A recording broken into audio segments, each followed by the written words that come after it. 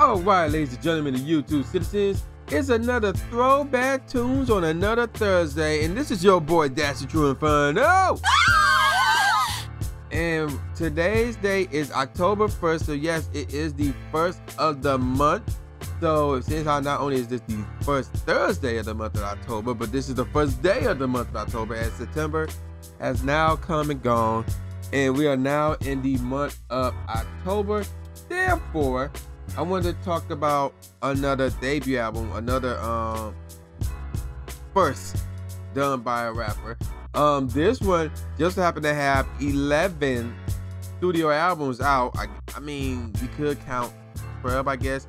And this one is obviously Lil Wayne. We are talking about The Block Is Hot, his debut studio album, before the likes of the Carter 3, the Carter 4, 2, 1, and the likes of 500 Degrees, and so in Rebirth and all that. It was The Block Is Hot. Now I have owned Lil Wayne albums from The Block Is Hot all the way up to the Carter 2. So we talking Lights Out, 500 Degrees, the Carter 2. And actually, no, that's not true. I do own the Carter 3. I think I just downloaded it. I didn't actually go out and buy it. But the last actual physical album I did get was the Carter 2. I skipped Like Father Like Son. I'm not even sure that was counted as a Lil Wayne album, or it was just a duo album with him and Birdman or whatever. But I did download the Carter 3. Carter 1 and 2, I can't really decide which one of those albums is better. Now, I will admit, I think I heard Rebirth, which was a rock album, but I don't remember how it went. I did not hear the Carter 4. I did not hear I Am Not a Human Being. And I did not hear I Am Not a Human Being 2. Nor have I heard Free Weezy album, which is more of a streaming audio, so I'm not sure you can even count that or not. And obviously, I did get some of his mixtape, like the Squad Up, Squad 1 all the way up to Squad 7. I think I got either the Drought or the Drought 2. I think the Drought 2. I got the Surface, Dedication. I believe I heard Blow. Yes, I have heard Blow. I need to find out what happened to that one. And I think I heard the Drought 3. He made so many mixtapes, it's crazy. But we go forget all that. We are talking about the very first album, The Block Is Hot. So let me give y'all some background information about The Block Is Hot. Now, The Block Is Hot came out November 2nd, 1999. So at this point, I was a sophomore. I just started my sophomore year, basically. And obviously it was under Cash Money Records. And the album debuted at number 3 on the US Billboard 200 charts, selling 229,500 copies in its first week and selling 117,000 copies in its second week. On December 10th, 1999, like a month later basically, the album was certified platinum. So yeah, it really was a successful album. And a little bit of interesting facts about this album. The album is nearly free of profanity due to his mother's wishes. So that's interesting, because now that I think about it, I believe I might have got this album for Christmas that year by my mom or somebody, and it's the clean version. So there's a lot of, the censorship, and the first single, and I believe it was the only single. They said there was another single, I don't recall that at all. But the first single, The Block Is Hot, which is ironically the same name as the album. The one that you were hearing in the music video and on the radio is the same one you were hearing in the album. So there was no censorship, it was just basically the change of the words. However, despite the fact that it was nearly free of profanity, there were some uses of fuck, the word fuck. In fact, track number 8 is called Fuck the World. I crap you not. So, but there is I guess a regular version. I did download that like a couple of years back. Guys, I realized, wait a minute, I got the clean version. Let me get the actual version. And I thought, I didn't even know about this till I looked this up about the whole nearly free of profanity thing. That was a bit interesting right there.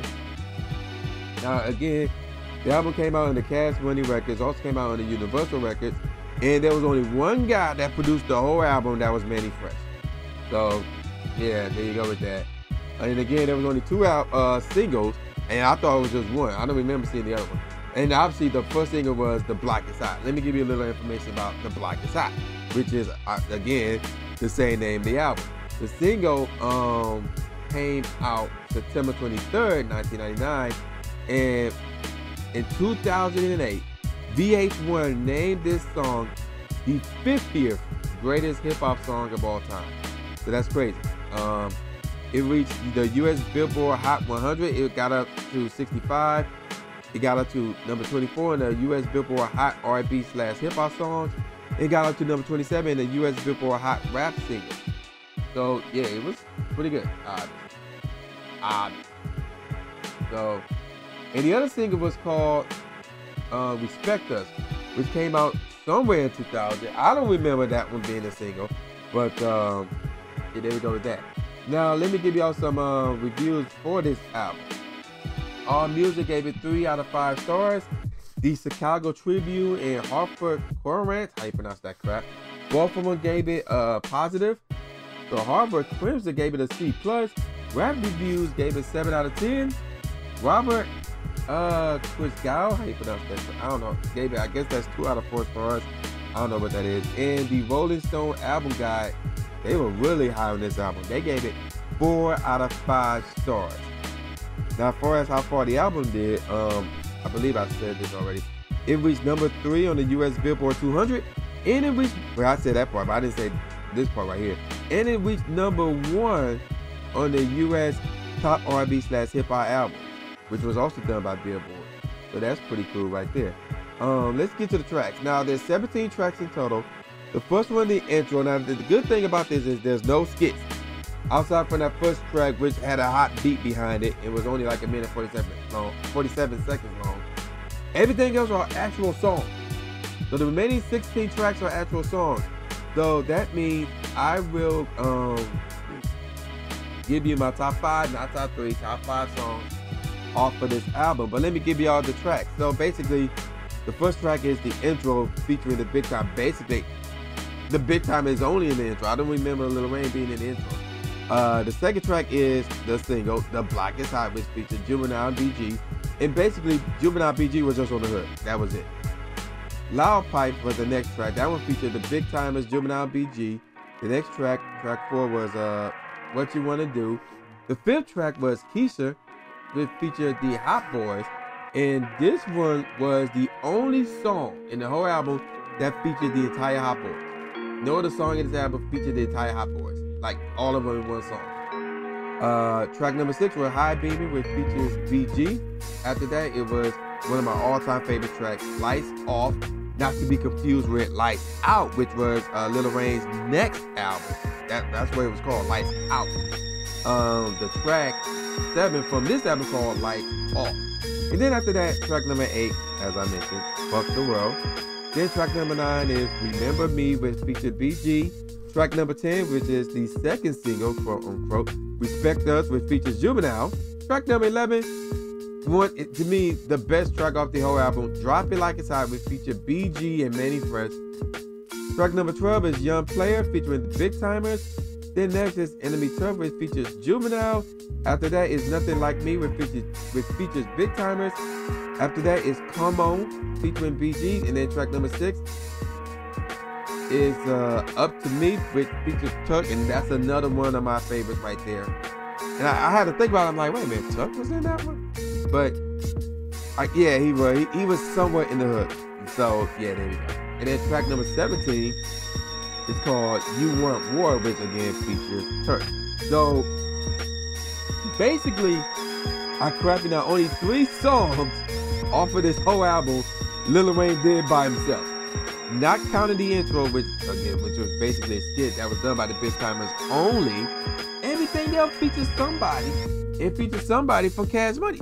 Nobody else outside of Cash Money was in this album.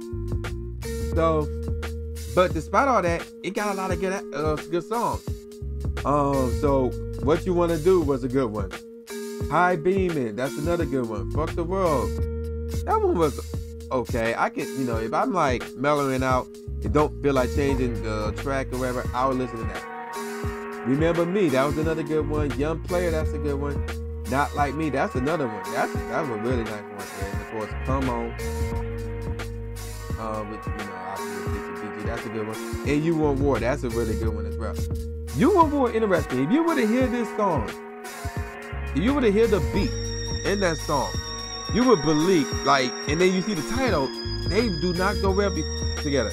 If you hear You Want War, excuse me, it sounds like you at the beach. You know, it sounds like you somewhere like in Miami, in Florida, in Palm Springs, in LA, in Hawaii. You're somewhere at the beach. That do not sound like a track that makes you want to go to war. It don't. That beat, not the track. The lyricism, yeah, that's different. But the beat itself, no, it do not match the title of that song. It really don't. Now let me give you on my top 5.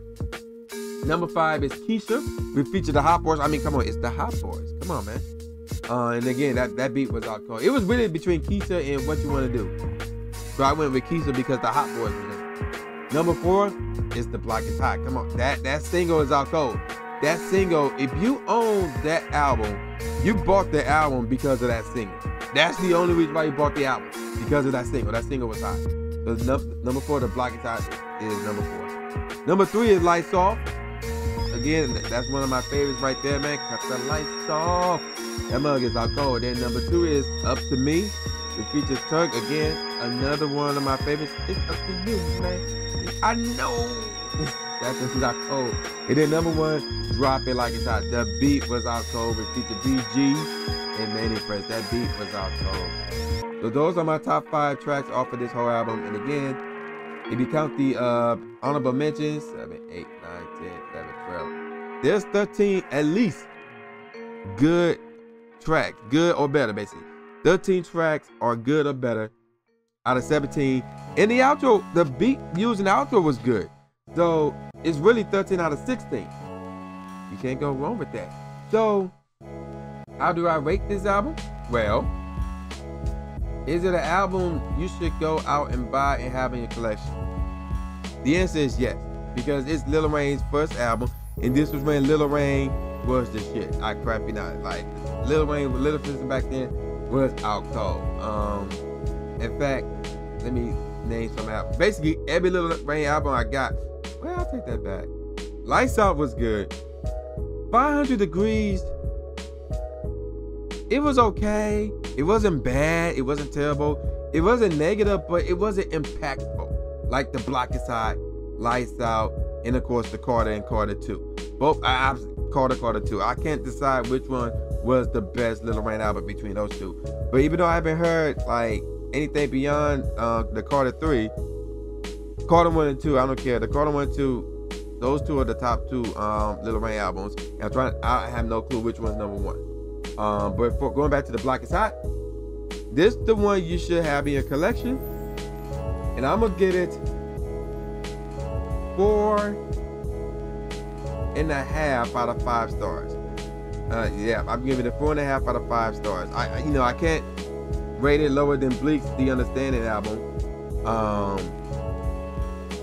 And again, the whole, if you would have got it in the store like me, then you probably got the near clean version or whatever. But the regular version is still available, I guess, in stores. I know it's available online. I got it from online. So yeah, 4.5 out of 5 stars. This one you should have in your collection. Lil Wayne, The Block Is Hot, the album, led by the single, The Block Is Hot. So yeah, there you go. That's my review on Lil Wayne's first album. So yeah, man, y'all know what this is. This is the new Jay Gatsby, aka the new Stephen A. Smith. Then peace out, y'all, and see y'all next time. Yeah.